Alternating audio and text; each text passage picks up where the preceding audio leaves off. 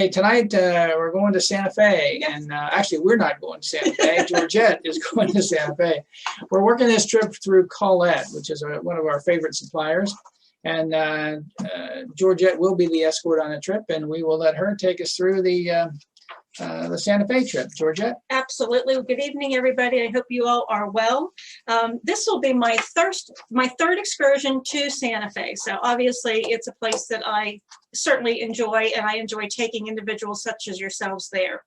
The city of Santa Fe is a place that the Native Americans called the dancing ground of the sun.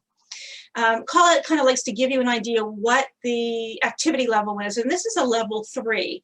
This means you're going to be pretty much on the go. You know, you don't want to miss anything, so walking and standing for longer periods of time, sometimes an hour to 2 hours, isn't a big deal.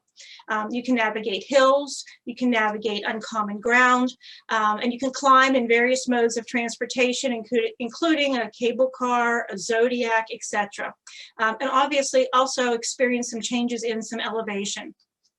You can expect some longer days. However, those days will then be balanced with free time to basically recharge yourself and also have time to set out on your own adventure in downtown Santa Fe. This tour does involve traveling at high altitudes, approximately 7,000 feet, and may not be suitable for some travelers. So if you are on the borderline, reach out to your physician, ask them their opinion, and hopefully you're going to be good to go, as you are welcome to New Mexico, the land of enchantment.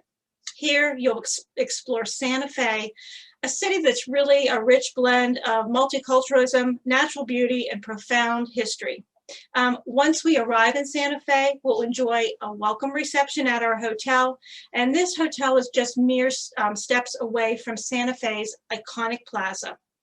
On day 2, we will enjoy a locally guided walking tour of the beautiful Santa Fe Plaza. It's really the historic heart of the city, and it's a place for Santa Feans to gather, as they have been for over 400 years. The architecture, as you can see on the slide on the screen, reflects a traditional Spanish-American heritage, and it was deemed a National Historic Landmark. The plaza contains park-lined gardens and smiling locales. As you make your way through the plaza, you'll be able to enjoy stops at some of the city's landmarks, including the Santa Fe Indian Market, the Palace of the Governors, and the Palace Avenue. We'll also be embarking on an open-air train tour of Santa Fe. Here you're going to learn more about the history, the architecture, and really the art of the oldest capital city in North America. While in Santa Fe, we'll visit one of the major landmarks, and that's a visit to the beautiful Loreto Chapel. Now, if you look at that chapel, it doesn't look like Spanish-American architecture. It looks more French. That's because the sisters who came to Santa Fe came from France. They patterned this particular church after the Sainte-Chapelle in Paris, and it was built to go along with a girls' school in Santa Fe at the time. To get up to the choir loft was almost an impossibility because the length of the chapel was so narrow. So the sisters prayed to St. Joseph to send a carpenter. And of course, one day there was a knock on the door and a gentleman appeared from nowhere. Many believe he could have been St. Joseph himself. And he made this miraculous spiral staircase that really rises 20 feet from the ground level with 360-degree turns, no center pole, and the weight pretty much rests on the bottom step. It's pretty much an architectural feat.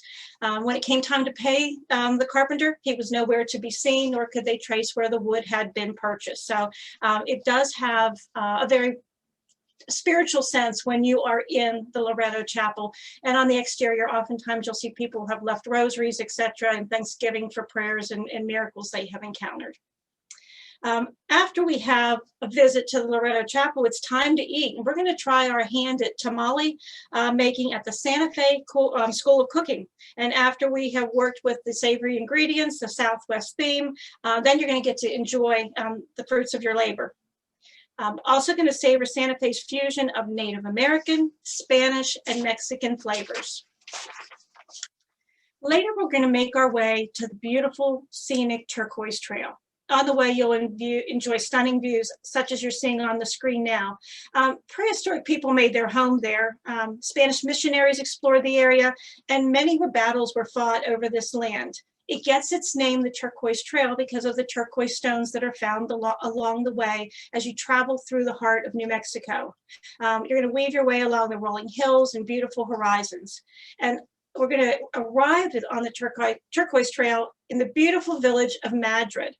Madrid is a charming hamlet stitched into the landscape of the Ortiz Mountains. It was at one time a coal mining town, and now the village is revered for its thriving artistic community. Many small little galleries, eclectic places to buy some non-conventional art, and you'll also have time to enjoy lunch at a local tavern while we're there. Following that, we'll make our way to the Allen Hauser Sculpture Garden. You're going to have an opportunity to view 80 works by this prolific artist who has been lauded as one of the most renowned Native American painters and modernist scholars of the 20th century. Founded in 1976, you're going to have an opportunity to admire the artist's collection as you meander along the garden. On day 4, we're going to journey over to Bandelier National Monument. Now, this is a beautiful natural site where the native Pueblo Indians settled into the sculpted canyons and mesa tops west of Santa Fe. It spans over 33,000 acres, and the National Monument was established in 1916. The volcanic landscape holds cliff dwellings and ruins of Pueblo villages dating back between the 12th and 16th centuries. After a severe drought, the Pueblo inhabitants were forced to move further along the Rio Grande. On a guided elective walk, you'll have the opportunity to discover more of the park's ancient ruins and thriving wildlife. While there is an opportunity to hike at Bandelier National Monument, all hiking is elective and should only be undertaken by people who are physically fit and have prior hiking experience, especially at high elevations. If weather is a concern, this tour would be replaced. Later, we'll savor an authentic New Mexican lunch before heading to Chimayo. Here you'll visit El Santuario de Chimayo. This National Historic Landmark is a contemporary pilgrim site known as the Lords of the United States. Known for the miraculous healing powers of its Tierra Bendita, or holy dirt, the chapel was regarded as the most important Catholic pilgrimage site in the United States. During Holy Week, pilgrims walk anywhere from 30 to 90 miles to visit the sanctuary. Also on the premises in Chimayo is the Holy Child of Untox, or the Santo Nino. Santo Nino is a small child who goes out at night trying to find individuals who are in need of help. When you visit Santo Nino, you will see many pairs of small shoes left. So as Santo Nino goes out at night, he will always have shoes to wear. We're going to take part in visiting a Chimayan weaver and learn about the process of behind this very intricate and traditional art form. This dates back about 4 centuries, with the process of weaving being passed down from generation to generation. What's nice is the remainder of your day in Chimayo will be on your own to explore this beautiful Spanish village, taking in maybe some heirloom chili pepper and adding a little heat to the local flavors.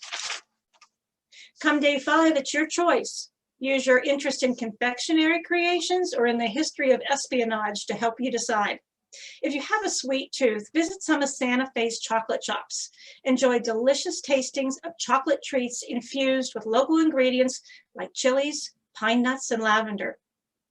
Or if you prefer to channel your inner James Bond and opt for a tour featuring Santa Fe's major spy hangouts, you'll discover drop-off points where KGB spies exchange top-secret information during the Manhattan Project. Later that day, enjoy free time to uncover Santa Fe on your own. Perhaps visit some of the colorful art galleries sprinkled throughout the downtown area, and also including the Georgia O'Keeffe Museum. That evening, experience the lively scene on Canyon Road as you walk to your farewell dinner at a local restaurant. This art district is home to over 100 galleries, some with collections displayed on the street that you can see as you stroll by. Your tour is going to come to an end with wonderful memories of your southwestern sojourn in Santa Fe. As a quick recap, including experiences on Spotlight in Santa Fe are a locally guided walking tour of Santa Fe's Plaza, an open air tram tour of the city, and a visit to the Loretto Chapel with its miraculous staircase. Try your hand at making tamales at the Santa Fe Cooking School, and then dig into your own tasty creation. Travel the scenic Turquoise Trail to Madrid, and visit the Allen Hauser Sculpture Garden. Take in the sculptured galleries, sculptured canyons of the Bandelier National Monument. Visit Sacred Sanctuario de Chimayo, learning the fascinating process of traditional weaving, and enjoy time on your own.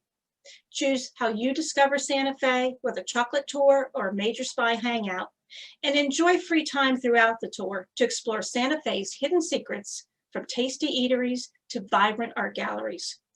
If you book by March 31st, there is a $100 savings per person based on $2,649 based on a double occupancy. Well, there you have the story. Does anybody have any questions? Georgette's been, and Jennifer have been in pretty close contact with Colette and our representative there too. So